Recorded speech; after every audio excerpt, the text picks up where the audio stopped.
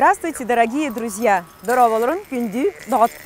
С вами я, Алена Утай. Мы находимся в Москве на ВДНХ.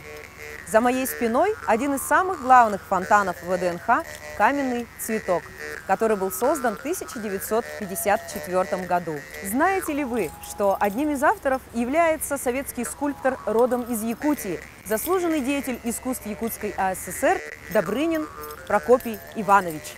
Тема родной Якутии всегда проходила лейтмотивом в творчестве Добрынина.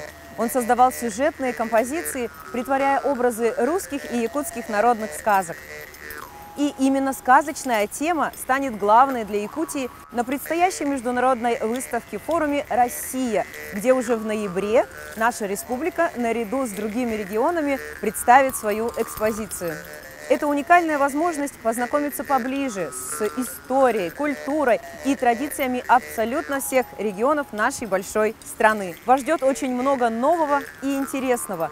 Приходите на международную выставку «Форум Россия» с 4 ноября по 12 апреля на ВДНХ. До встречи!